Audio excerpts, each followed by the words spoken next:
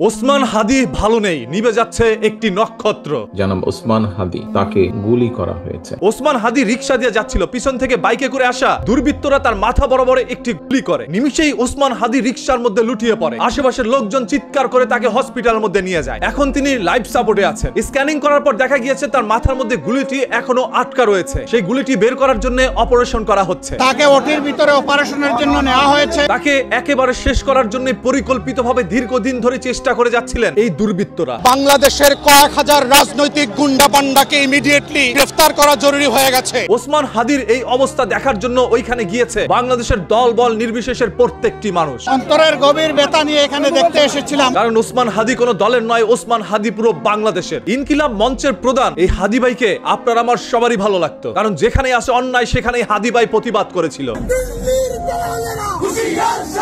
সত্য কথা বলার কারণে আজ হাদি ভাইয়ের জীবন যাচ্ছে। এইভাবে বাংলাদেশের যারাই সত্য কথা বলছে তাদের প্রত্যেকের জীবন যাবে, আজ না হয় কাল। সবাই যখন মৃত্যুটাকে ভীষণ ভয় পায়, আমি তখন হাসতে হাসতে আল্লাহর কাছে ভীষণ সন্তুষ্টি নিয়ে পৌঁছতে চাই। আমি একটা ইনসাফের হাসি নিয়ে আমি আমার আল্লাহর কাছে পৌঁছতে চাই। আরে ভাই, আপনি কেন রাজনীতি করতে গেলেন? রাজনীতি কতটা ভয়ঙ্কর একবার চিন্তা করে দেখেন। আমার মা স্বাভাবিকভাবে কান্নাকাটি করেন। এই পৃথিবীর মধ্যে যারাই নেতা হয়েছে, বড় পর্যায়ে রাজনীতি করেছে, তাদের কেউই কিন্তু এখন পর্যন্ত জীবিত নাই। সবারই জীবন কোনো না কোনো ভাবে চলে গিয়েছে। ভারতের র কিন্তু তোরে বাঁচতে দিবে না। আমার একটাবার মন চায় আমার মারি দেখি।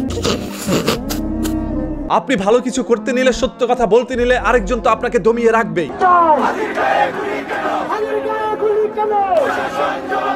তবে যারা এই কাজ করেছেন তারা মনে রাখেন, একজন হাদির জীবন গেলে লক্ষ হাদির পয়দা নিবে ঘরে ঘরে। আমার মা আমার অনেক নিষেধ করছিল আন্দোলনে যেতে, আমি ফিরে আসার সময় মারি দেখি নাই। আজ জুলাই আন্দোলনের মধ্যে যারা শামিল ছিল তারা প্রত্যেকেই ভয়ের মধ্যে আছে, আতঙ্কে আছে, কখন যেন কার মাথার মধ্যে কে গুলি করে দেয়। প্রত্যেকটি মানুষের উচিত হবে এই ঘটনার তীব্র প্রতিবাদ এবং ঘৃণা জানানো। আজ এখানে বসে আমি হাদির পক্ষে কথা বলছি, আজ আমি এখানে বসে জুলাইয়ের পক্ষে কথা বলছি। আগামীকাল হয়তোবা আমাকেও কেউ গুলি করতে পারে। যারা ঘটনা দেখেছেন তারা ইতিমধ্যে নিরাপত্তাহীনতায় ভুগছেন। নিজের জীবন নিয়ে আমরা কখনো পরোয়া করি না। আমার ভাই এত সাহসী, আমার ভাইয়ের জানের মায়া নাই। আমার জীবন গেলে মানুষের কিচ্ছু হবে না, তবে এরকম হাদির জীবন যদি যায়, বাংলাদেশের এটার জন্য চরম মাসুল দিতে হবে। সত্য কথা বলা কি 10 তোরা বল, সত্য কথা কি বল। হাদি ভাইয়ের শারীরিক অবস্থা দেখে মনেই হচ্ছিল হাদি ভাই হয়তোবা আর আমাদের মাঝে নেই, তবে তাকে বাঁচানোর জন্য আপ্রাণ চেষ্টা করা হচ্ছে। শরীফ ওসমান হাদির সুস্থতা কামনা করছি। যদি এই হাদি এবারের মতো বেঁচে ফিরে আসতে পারে, তাহলে আগের চাইতে বেশি শক্তিশালী হবে। আর যদি তিনি চলে যায়, বাংলাদেশের প্রত্যেকটি মানুষ হয়তোবা আরো একবার রাস্তায় নামতে পারে। মনে রাখেন,